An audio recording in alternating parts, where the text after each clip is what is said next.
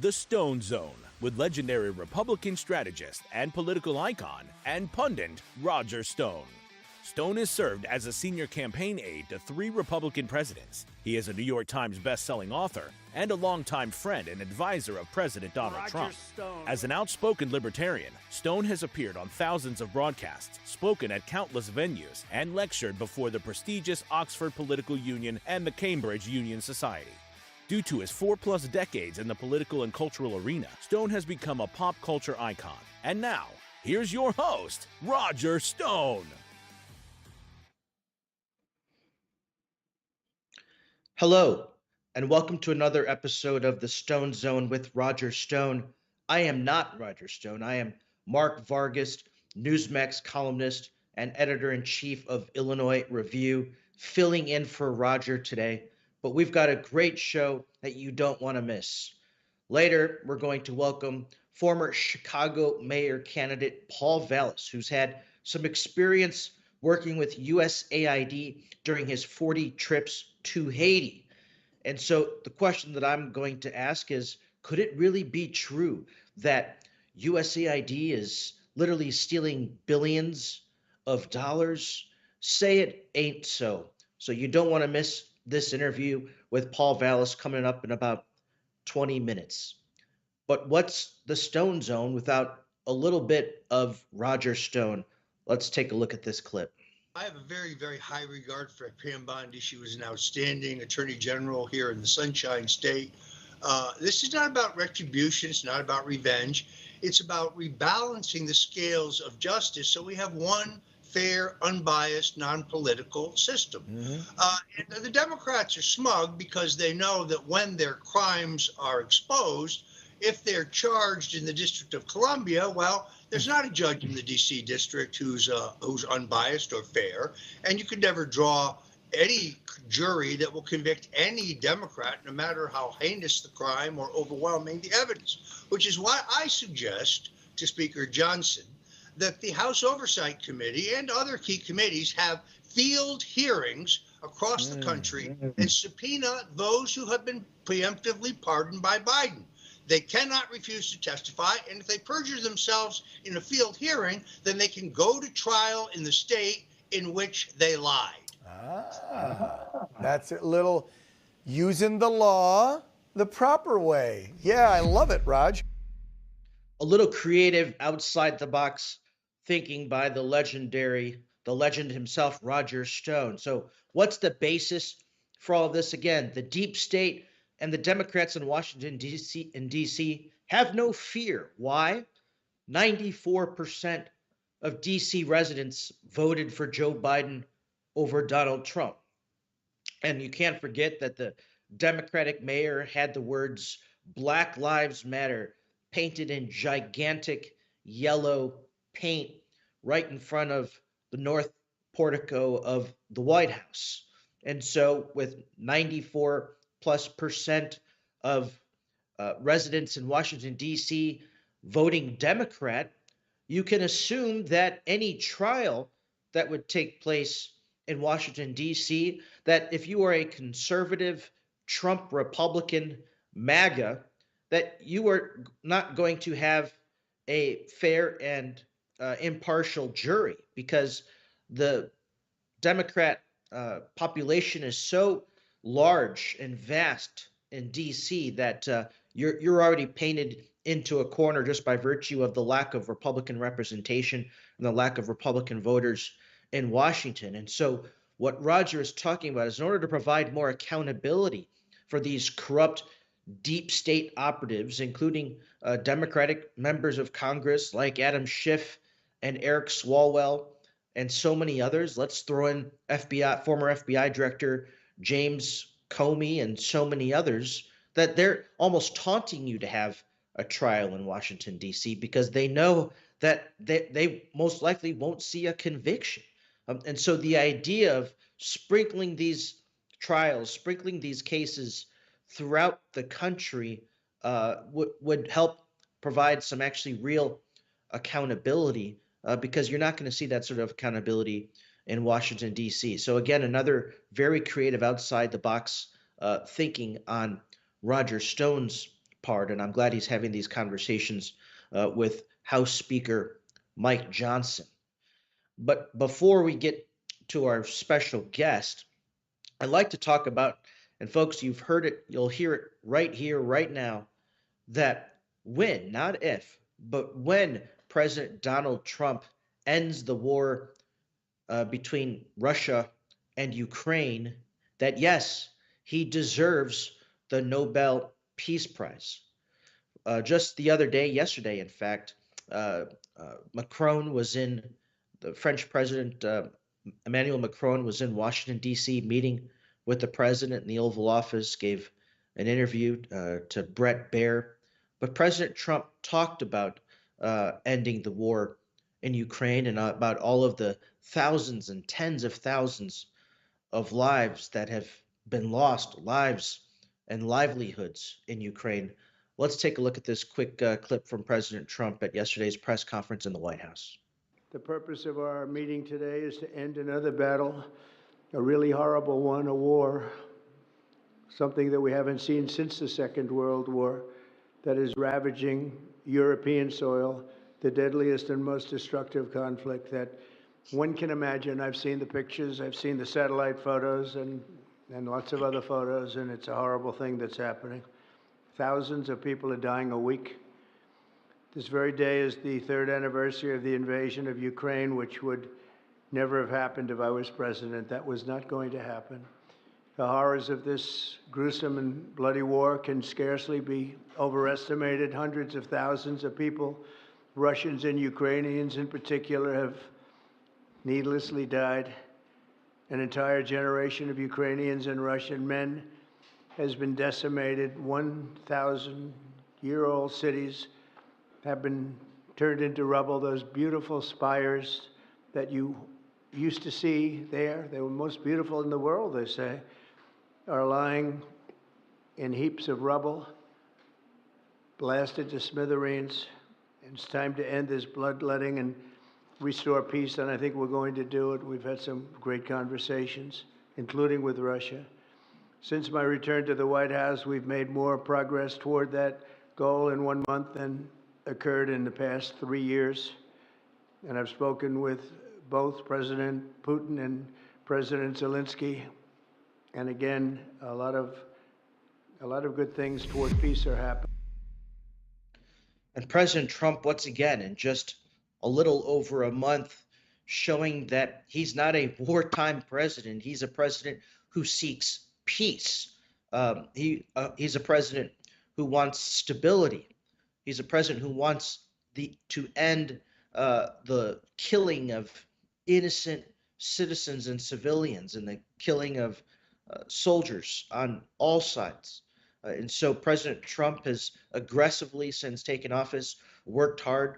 He continues to work hard to negotiate a peace deal, while the Biden administration, what was their strategy? Well, their strategy was to blindly send more money to Ukraine, where Zelensky has even admitted in a media interview that $100 billion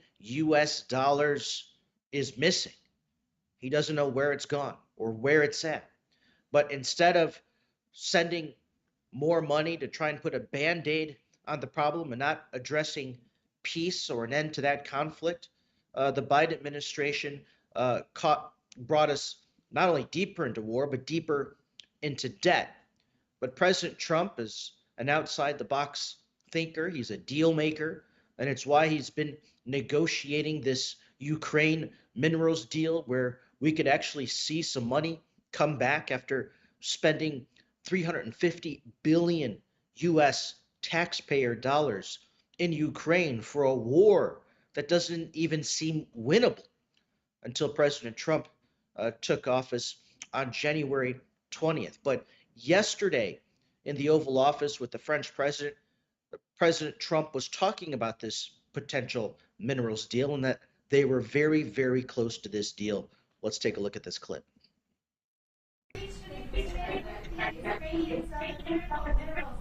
It looks like we're getting very close. The deal's being worked on, and we're, I think, getting very close to getting an agreement where we get our money back over a period of time.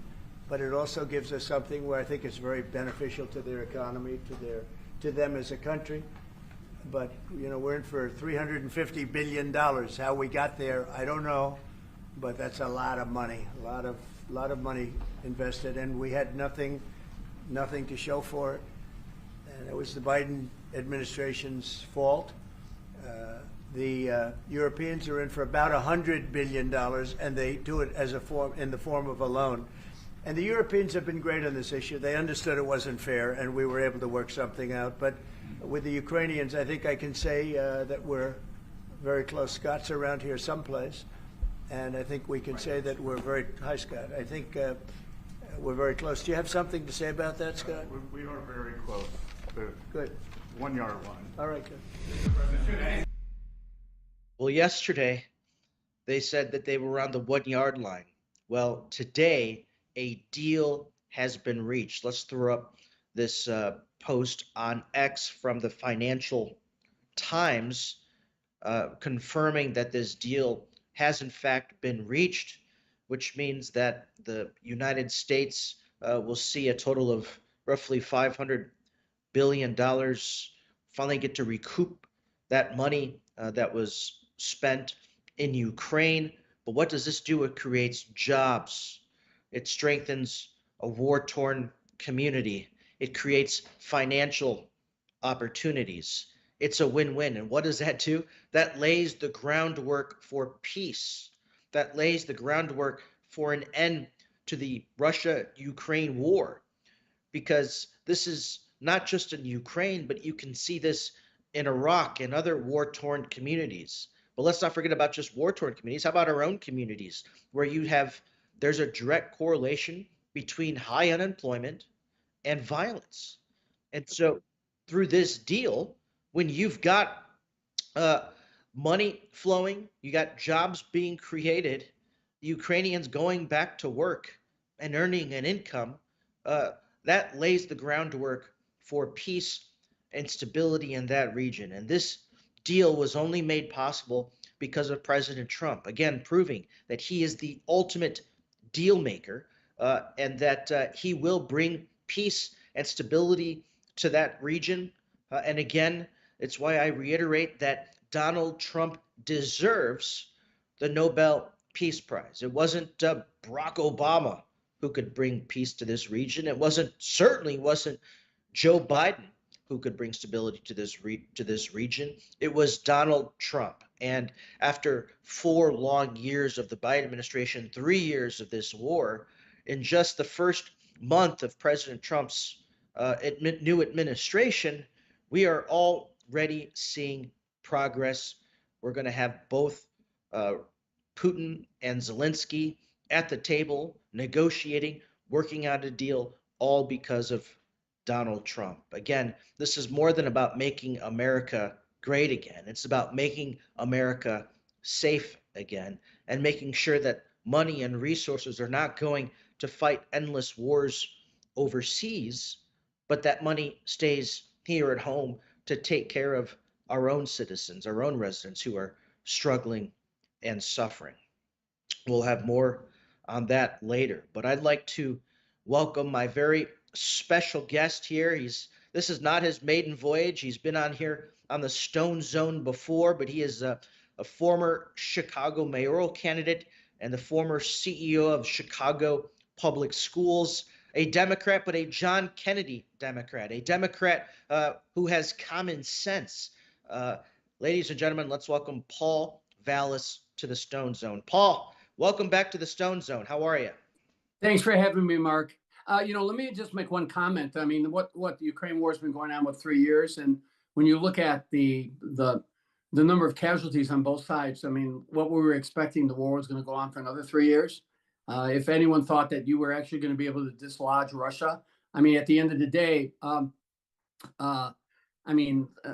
bringing peace to that region is critically important. Let me also indicate that, and it shouldn't be lost among those who claim that you're abandoning Ukraine.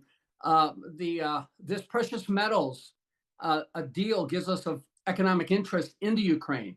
Now suddenly, the Ukraine rises in terms of its importance to just not this administration, but future administrations.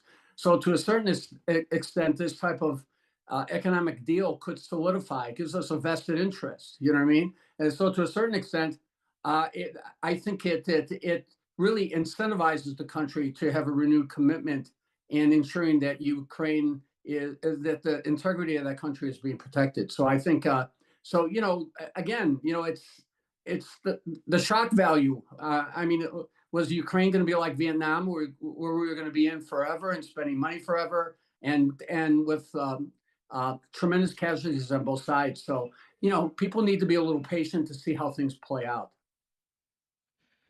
Speaking of money, Paul, you know, Doge, the Department of Government Efficiency, and Elon Musk have been dominating headlines. President Trump has given him the authority and the order to really significantly cut the federal budget, cut the fat. I served in federal government. I served at the Pentagon. I understand there's certainly a lot of fat. There's certainly a lot of wasted money. And Paul, we're learning all sorts of interesting things because of some of Doge's efforts already. And we're going to talk about this because you've got a really unique perspective and unique experience on this. But before I lead into this, Paul, the Secretary of Veterans Affairs, Secretary Collins, just posted a video on X talking about the tens and tens of millions of dollars that they're already saving at the Veterans Affairs Department from consultants. And he had a piece of paper and he was listing like multi-million-dollar contracts to a consulting company to create PowerPoint slides for VA officials, right?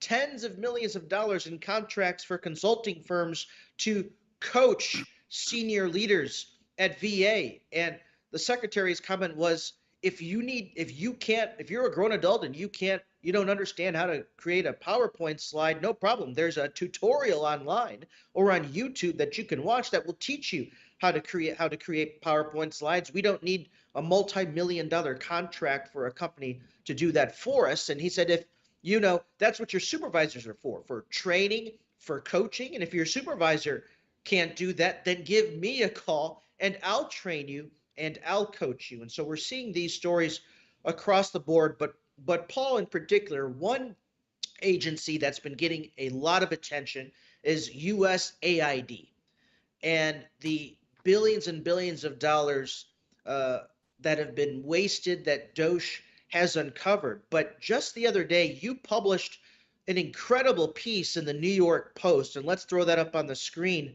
if we can, how USAID squandered billions in Haiti and around the globe. Paul, to the average American, this is shocking.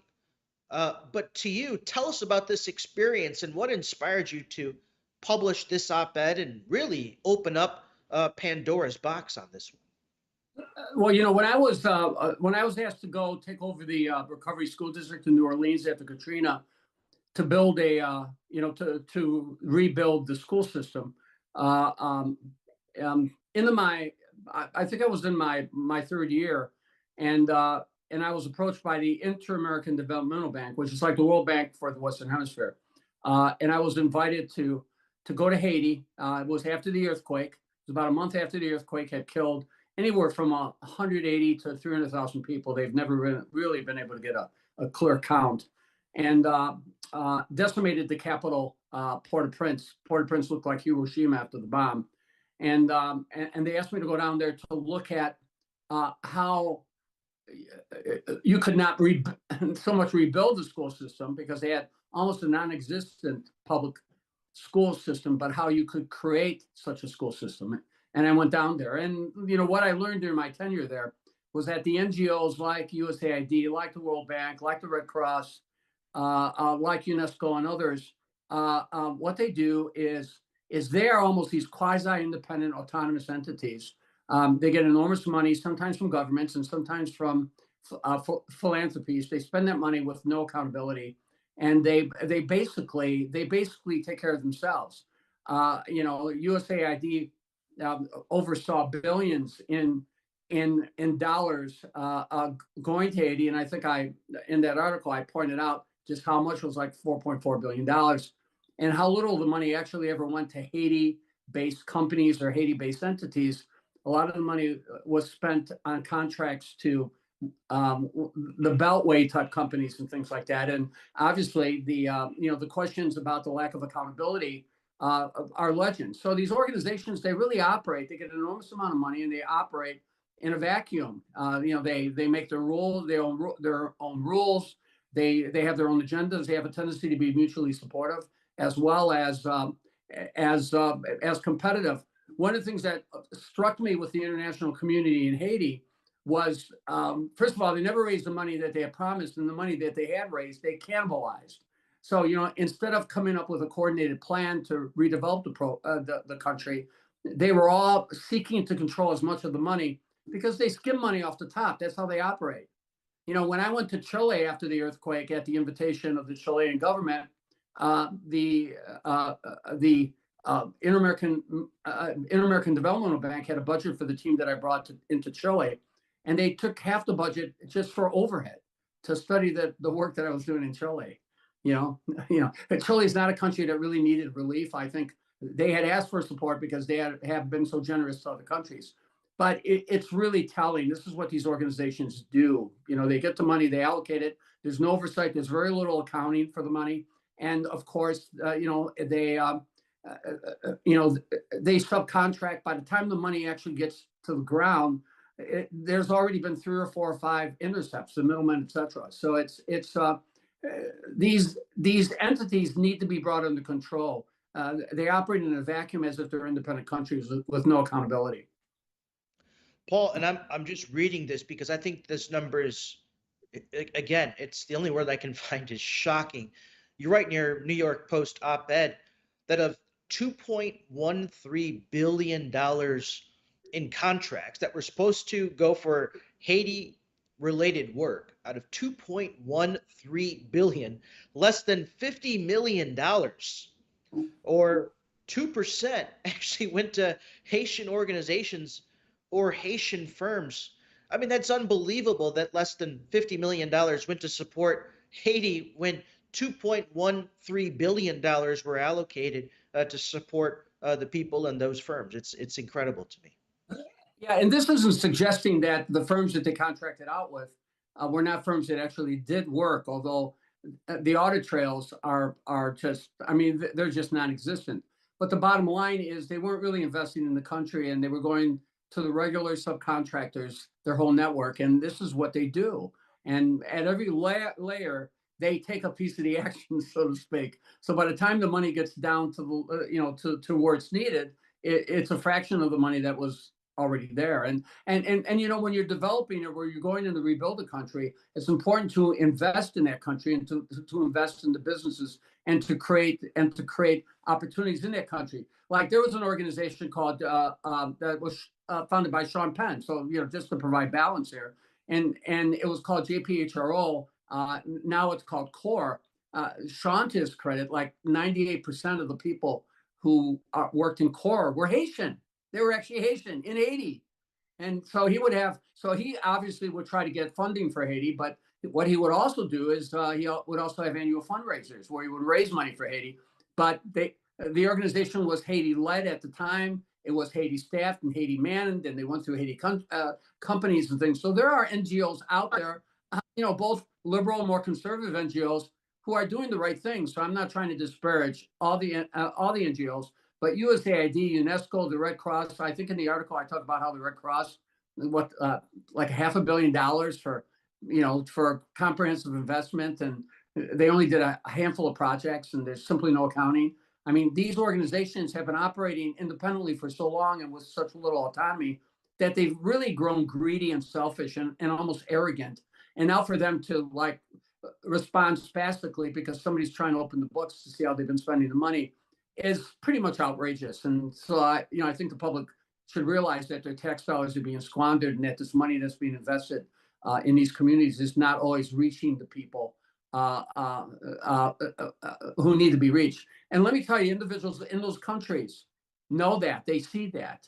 There was a lot of resentment for a lot of those organizations. So it was very disappointing to me because, I went to Haiti 40 times, and Haiti hospitalized me 3 times.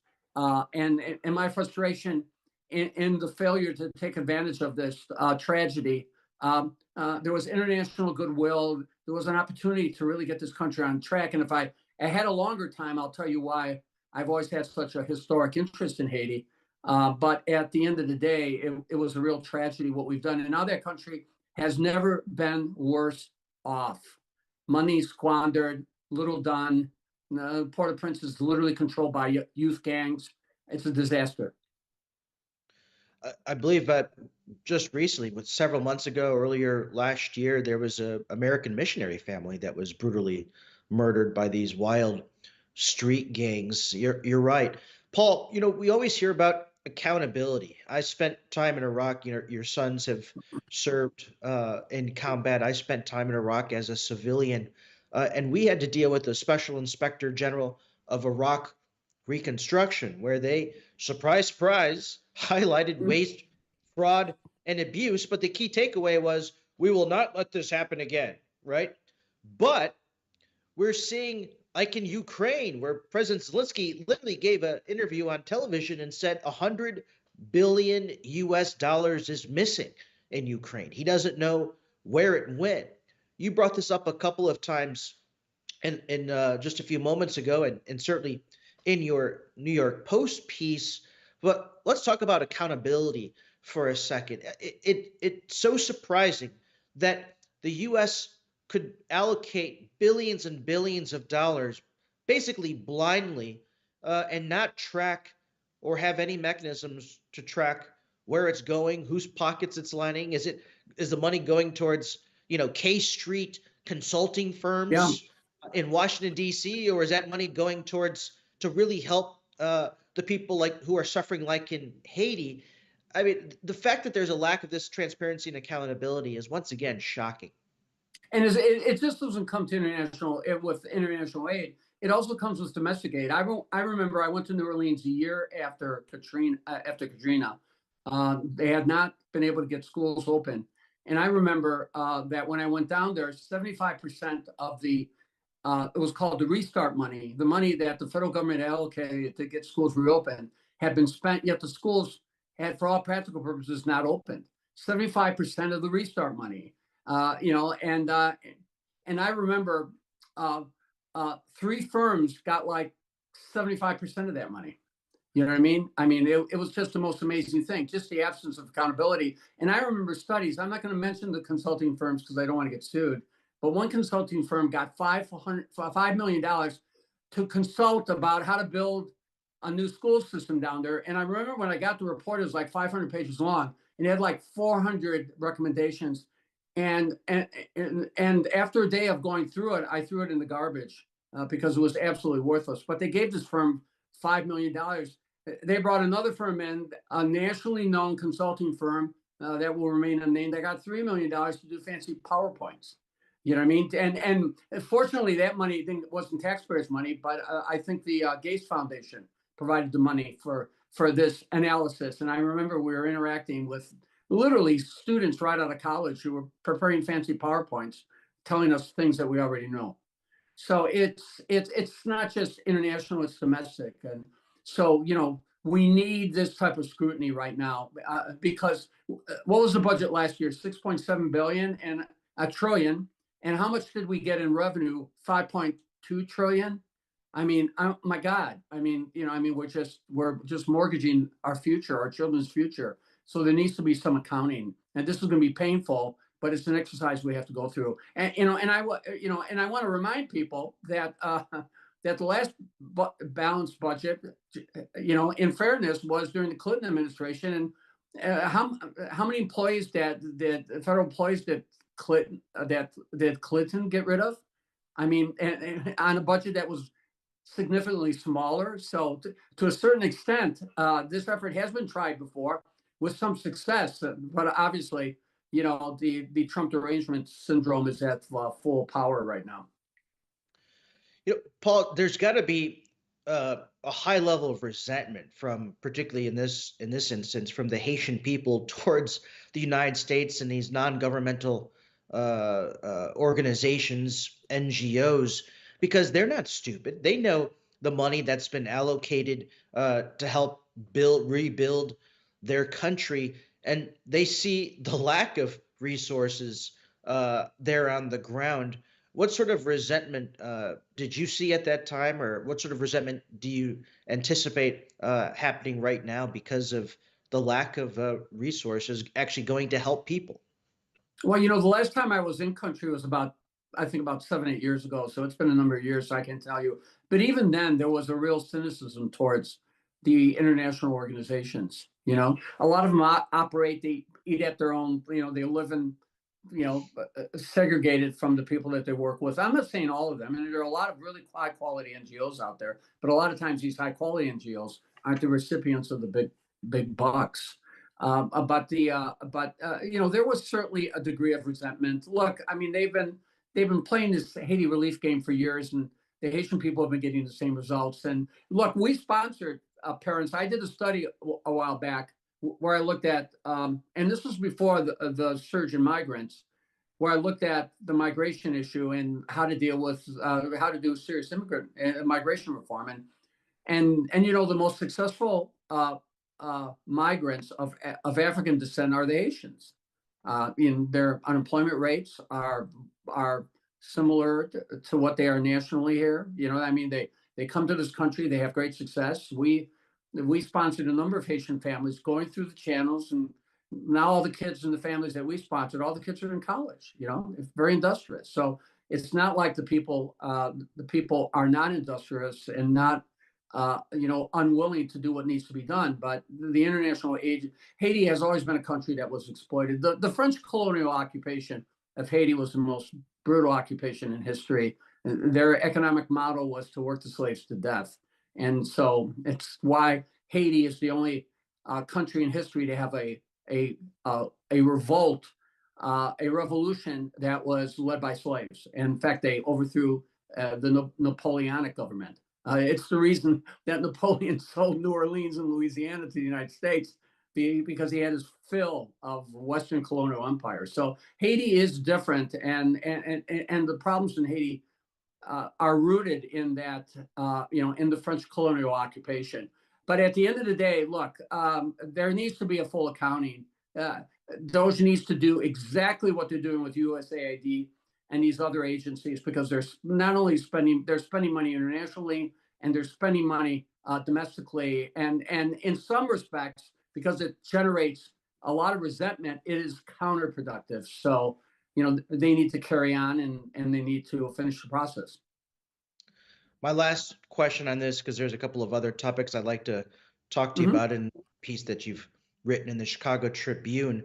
But the legacy media, loves sharing these photos of, and again, I'm saying not all USAID workers are bad people. They've had terrible leadership at the top of the organization, but the photos and videos of USAID staffers carrying their boxes after being terminated, with tears coming down their cheeks, streaming down their cheeks, creating this, Elon and President Trump and DOGE are bad people. They're firing these hard workers.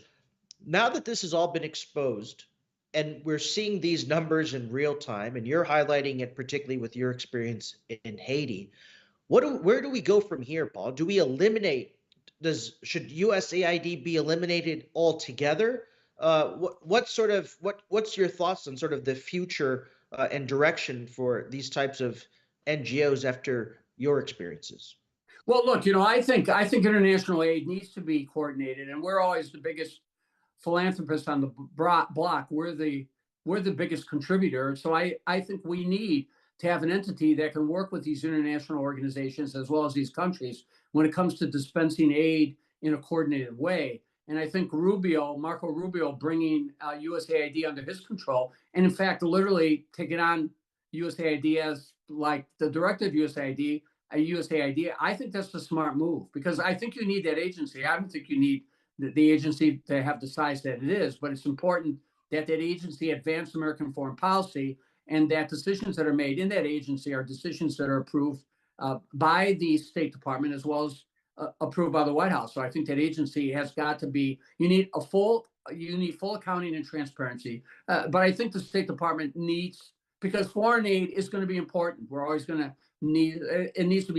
Needs to play a role, but it needs to be the type of foreign aid that delivers on its mission, which is what it did not do in Haiti, to the detriment of the country, and it also needs to be an instrument of advancing American foreign policy. And way too often, as has been cited by a lot of these disclosures, they're just out there doing their own thing, and sometimes they're doing things that actually undermine American foreign policy. So I'm comfortable with what Rubio did, bringing it back into the State Department, bringing it directly under his control. The president should give him some latitude to kind of downsize and to restructure it so it can be an effective tool.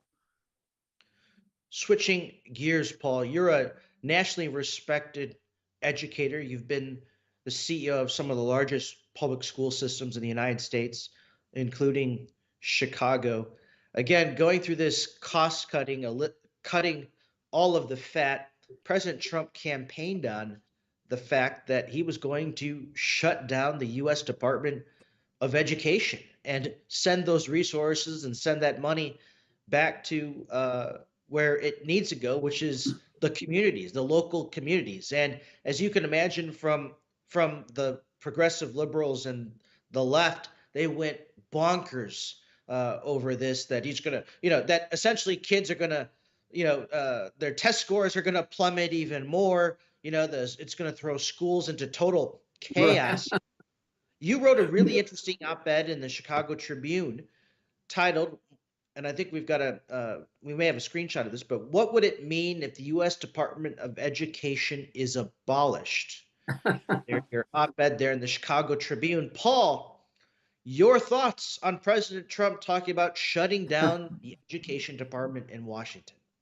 Well, very quickly, if you remember when Carter created the U.S. Department of Education, it was as a favor to the NEA, National Education Association, but opposed was Elbert Shanker, the legendary president of the American Federation of Teachers, who opposed it because he said it would really interfere with state and local school autonomy, and he thought it was a bad thing. Califano, his very liberal head of health, education, and welfare, also opposed it because health, education, and welfare at that time was the agency that dispersed the title funds, the special education funds, and things like that. So at the end of the day, they had great reservations. And let me point out that the Department of Education has really been used by principals, by presidents to really interfere with local education policies.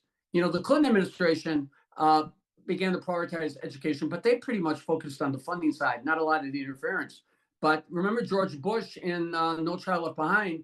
I mean, they went out and they set standards, and they demanded, they laid out a schedule for people to bring, for the schools to get all their kids to 100% proficiency, not a realistic standard. I didn't have so much a problem with that as much as I had a problem that they were allocating money and then they were trying to tell us who to spend the money on. They were pre-qualifying certain private education providers and basically saying that we had to use like 20% of our Title I money on those pre-selected providers, whether we thought they were quality or not.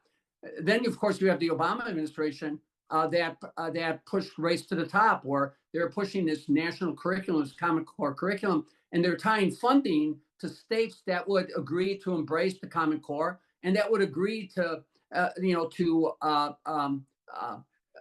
use the assessment systems that the U.S. Department of Education was recommending. And again, they were pre-qualified. They were pre-qualified vendors and pre-qualified, contractors, et cetera, et cetera. So they were trying to dictate policy. And then, of course, you had the Biden administration totally dominated by the teacher unions, who were really using the Department of Education to really interfere with parental rights as well as local school autonomy.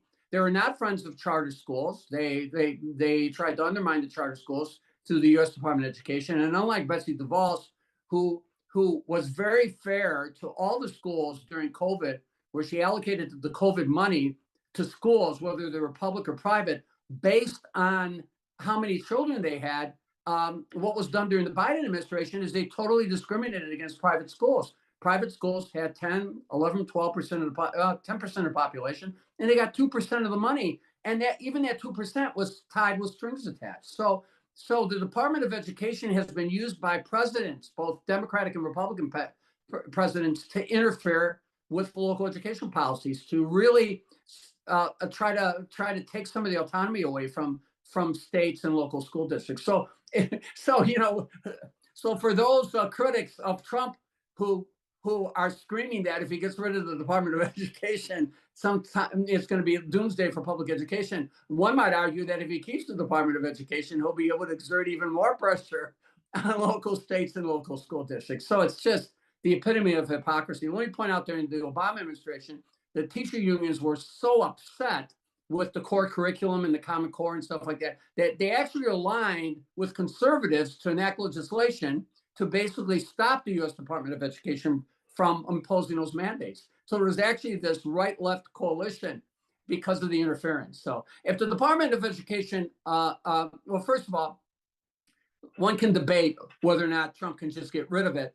Obviously, he can do a lot of things on the funding side because it was enacted by Congress. But I don't think Trump is talking about getting rid of the Title I programs, the poverty grants, the special education dollars, all the grants and aid. That's not what he's talking about. He's talking about getting rid of the bureaucracy. So those grant programs can easily go back to one of the other federal agencies that can allocate the money without imposing all sorts of rules and regulations and strings attached. The student loan program, which I think the U.S. Department of Education has miserably mismanaged, can easily go to Treasury. They're much better equipped to basically administer the student loan program, much more responsible. And obviously, when it comes to civil rights, I think the U.S. Justice Department is a much better place to protect student rights, to protect student civil rights, as it has historically been the kind of the epicenter of the protection of student rights. You know, the consent decrees, et cetera, the DSEC decrees. I think the Justice Department can easily take up that responsibility. So that department can easily be dispersed. Their response, it only has about 5,000 employees, so it's not one of the bigger departments, but their functions can easily be dispersed. That department has been used to interfere with local control, despite the fact that the department itself only provides about 7 to 8% of what average school districts get when it comes to federal money. So that's not a lot of money to be interfering with state and local control. And I'm a firm believer in state and local control. If the department disappeared tomorrow, as long as the Title I monies were available and special education monies and grants were available, I think that would not, I mean, I don't think state and local governments would miss it. Paul, it's a simple question, a silly question, but what in the hell does the Department of Education do? I'm still not really clear on that. I don't think most Americans are clear. I don't think I'm alone in that question. I mean, what do they do within that building there, just a couple of blocks from the U.S. Capitol? What happens on a day-to-day basis at the U.S. Department of Education that is so critical for the future of our children? Well, it's really been a pass-through agency. But what's happened under more activist presidents is they've tried to use it to do more, not necessarily authorized by Congress to do more, but rather just through rules and regulations. I mean, the Department of Education's push, the Common Core, many of the mandates that they were imposing on local schools were not a process. We're not a product of Congress. I mean, a big problem is you have all these agencies that they legislate on their own. You know what I mean? They're just issuing rules and regulations. It's one of the biggest problems that you have on top of rules and regulations that sometimes violate the intent of the original congressional authorization. So, they become this rule-making agency, and the longer they exist, the more rules they compile. And any new president who comes in who wants to be aggressive in education policy, through the people he appoints to that agency, can in effect go in and start rewriting rules and resetting priorities. And I think that's a dangerous thing. I think when it comes to education, I think the federal government just can do a lot of R&D in terms of setting standards and basically providing models. They can work with a consortium of educational research institutions as well as with foundations to provide that type of R&D research that schools need. But I don't think the federal government should be micromanaging schools. I think the federal government has an obligation to allocate money to schools, particularly who have disproportionate numbers of special ed kids as well as poor children, but they needed to do it in a way that does not discriminate against charter schools or against private schools. The money really needs to follow the kids. It's real simple. I mean, this is one bureaucracy that the nation could do without, and we'll just have to see how what happens. We see, for example, one of the arguments is that the student test scores are going to be affected. Well, I'd make the argument, and I'm not an educator. They're already terrible. Even in very affluent communities, the test scores are terrible. I can't see a closing or minimizing Department of Education is going to have any impact on student test scores, and they can't get any lower. Mark, in that piece, I point out that in terms of the gap has remained fundamentally unchanged in 50 years, and test scores are at a historic low. And they started to go down again before COVID. Part of it was COVID, but they're abysmal. And as you know, not only the NAEP scores, which is kind of the national test, so to speak, but also the international scores. We lag. We lag most industrial countries, most developed countries when it comes to recovery since COVID. So no, I mean, if the Department's education primary objective, primary goal was to improve the quality of education, was to improve children's academic performance, after 50 years, it's been a failure. It has not done that. Things have actually gotten worse. It's actually gotten worse. So at the end of the day, it's not delivering. So then what's it here to do, quite frankly? So at the end of the day, I think, I think this would be an agency whose functions could easily be picked up by other entities. And at the end of the day, every state has its own state Department of Education, and school districts already have a lot of autonomy because, even a local school district like Chicago, 90% of its resources are state and local. So, so for how little money the federal government actually provides school districts, why should they be heavy-handed in the mandates that they're imposing? So I think they're right on track when they look at whether or not this department is even needed.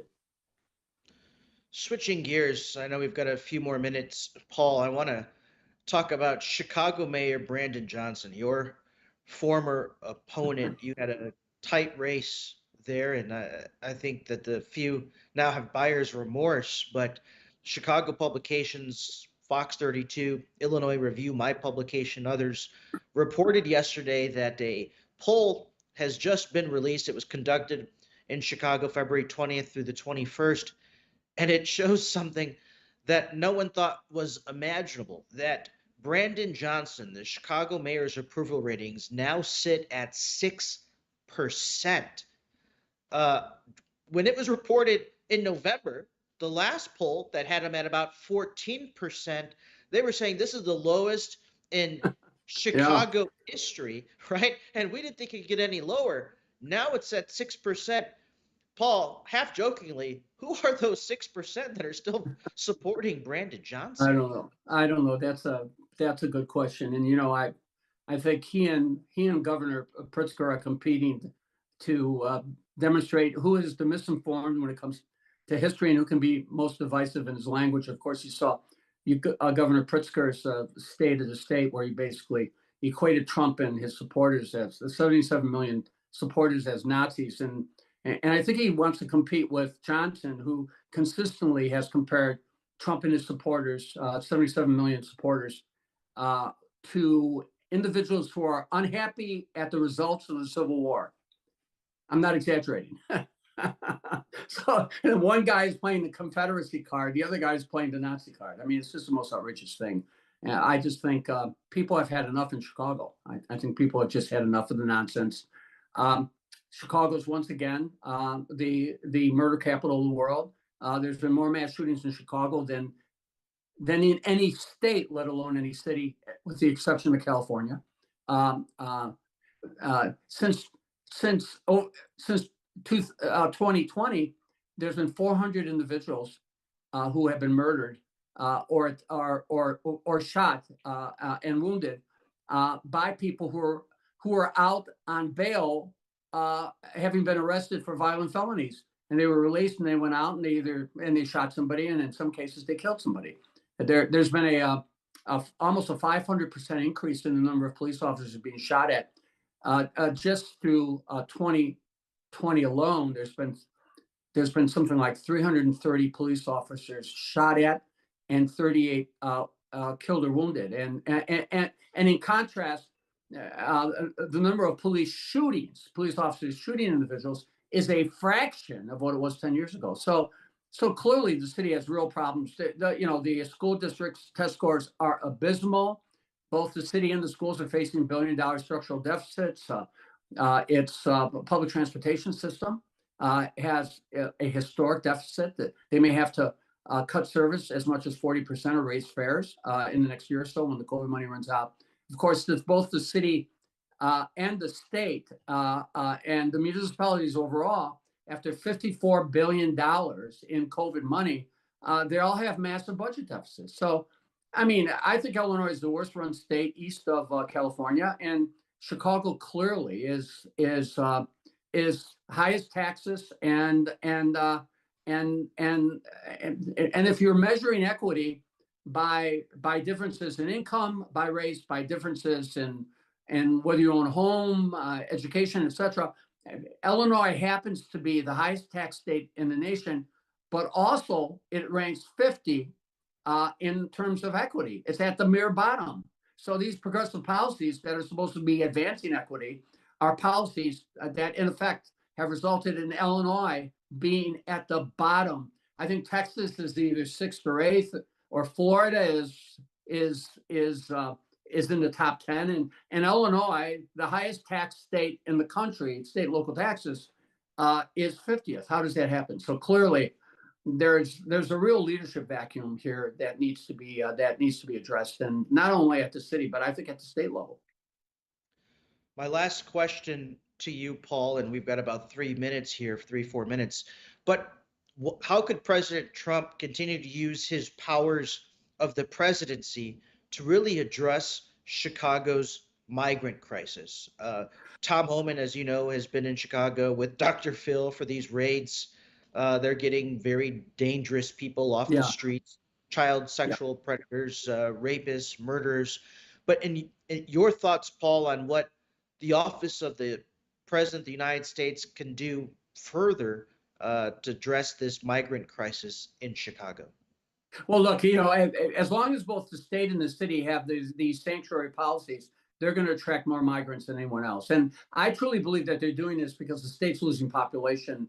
Had it not been for migrants, the state would have lost population. They lost population for almost 10 years in a row until the migrant surge. And of course, the city of Chicago, the same thing. I mean, when they lose migrants, or when they lose residents, they lose legislative power, they lose federal grants, federal money. So this is as political as anything else. My advice to the administration is don't take the bait. Don't let them bait you. Separate the rhetoric from, people like, Brendan Johnson and others from the fact that Illinois is a pretty moderate state. I mean, Trump got 46% of the vote. Unfortunately, because of the legislative map, the Democrats are guaranteed supermajorities in both House and Senate, no matter what happens. At the end of the day, find a way to continue to help its residents, and don't take the bait, because clearly Johnson and Pritzker and others, Pritzker thinks he's going to become president by bashing Trump and kind of being Trump's biggest critic. Even Newsom had a good enough sense to realize that he's going to need a little help if he's going to deal with the aftermath of the LA fires. But Pritzker thinks he's going to gain points, and Johnson is just howling at the moon right now because his support has plummeted, and he's really doing very little for the community. In fact, the community that's probably getting hurt the most by his policies, particularly his education policies, is actually the Black community. And I think they've got their number. His polls within the Black community are absolutely abysmal. So don't take the bait. I also think that I think there's there's a role that the administration can play, particularly through the Justice Department, on things like school choice. Right now in the Chicago public schools, if you come from a low-income family, and the overwhelming vast majority of children who go to Chicago public schools come from low-income families. This is a district that spends $30,000 a kid. If you come from a low-income family and you literally have no alternative to your failing schools, because the union is trying to starve charter schools. They politically killed the private school scholarship program, and of course they're trying to kill the magnet schools. So inner city kids in Chicago, poor Black and Latino families, are being denied a quality education because of the heavy influence of the Chicago Teachers Union that is really denying children their constitutional right for a quality education.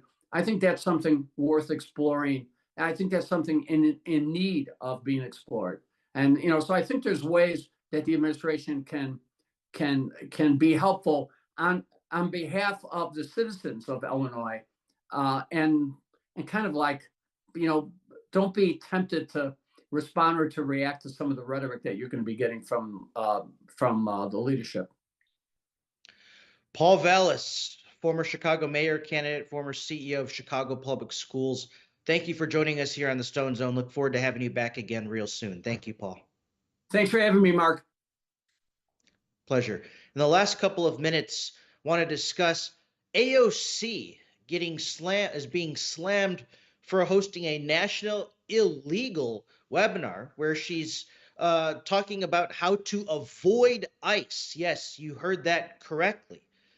But just this afternoon, Tom Homan and ICE have arrested nearly 90 illegals during a mass raid in Liberty County, Texas. And who were they arresting? The arrests included multiple child sexual predators, rapists, and murderers. The very same people that AOC is teaching on how to avoid ICE. Let's watch this quick clip of the raid that happened just this afternoon. Border Czar Tom Homan, who joined this operation, tells me that they arrested about 90 illegal migrants here. This makes it the largest operation that we have seen under the Trump administration. Homan says this is part of a much larger criminal investigation. He called this phase one and something they have been planning for a while. Early Monday morning, HSI, along with special agents and Texas DPS, made the arrests in and around Colony Ridge, a largely Hispanic development outside of Houston. We sat down with Border Czar Tom Homan right after he joined that operation. They were a target enforcement operation. We went with warrants on some people. Some were worksite operations, and others were traffic stops conducted by Texas DPS. The last number I saw was like 69 criminals. I know for a fact there were several sexual predators, child predators that were arrested for sexual misconduct with a child. There were several of them. I know there's one that was convicted of either homicide or murder. Now, among those arrested right here, a 3-time previously deported criminal illegal alien from El Salvador. ICE tells me he had criminal arrest warrants for alleged repeated sexual abuse of a minor. Again, the very same people that AOC and the Democrats, the pro-open border Democrats, are welcoming into our country with open arms. But not anymore, because thanks to Donald Trump, America's not only going to be great again, we're going to be safe again. That's it for tonight's edition of the Stone Zone. Roger will be back tomorrow. Until then, good night, God bless, and God bless the United States of America.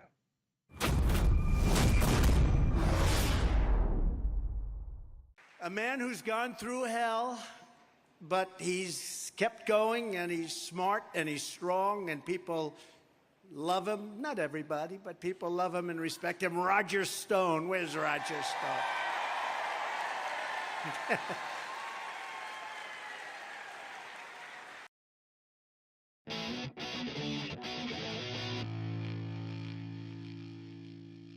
You're watching Worldview 2, built on the 35 years of Worldview books, documentaries, research, high-profile interviews, and the radio and television broadcasts of Brannon House.